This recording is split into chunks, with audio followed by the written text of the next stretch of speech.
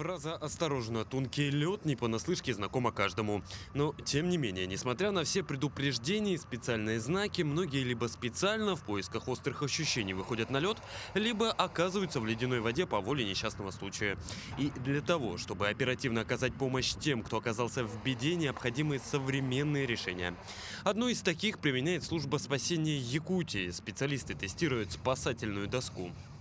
Попавшему в ледяную воду подобная спасательная конструкция доставляется с помощью специального троса, и уже за него человека спасают из воды. Отмечу, что подобная конструкция облегчает значительно проведение операции как для самих спасателей, так и для тех, кто находится в воде.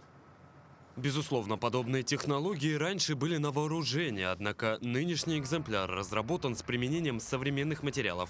Он состоит из полипропилена, материала, который по своим физическим и химическим свойствам легче воды. Однако при этом позволяет выдержать вес двух взрослых человек. Плавучесть хорошая, скользит по льду тоже хорошо. Вот. И в целом она изготовлена из полипропилена. Это пластик, он легче воды. И внутри у него блок плавучести – это полистирол толщиной 10 сантиметров. То есть даже если в этой доске будет пробоина, то туда не попадет вода.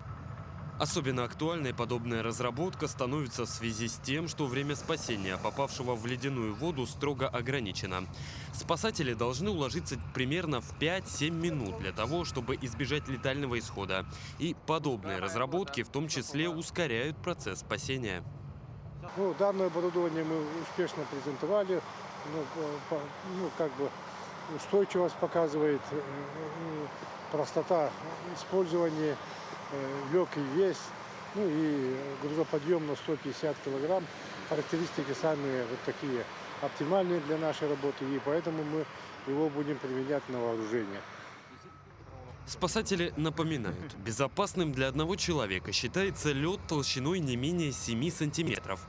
Пешие переправы считаются безопасными при толщине льда в 15 сантиметров и более. Обычно такие величины устанавливаются с приходом сильных морозов.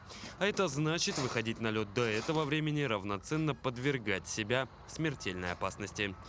Петр Васильев, Семен Семенов, Якутск.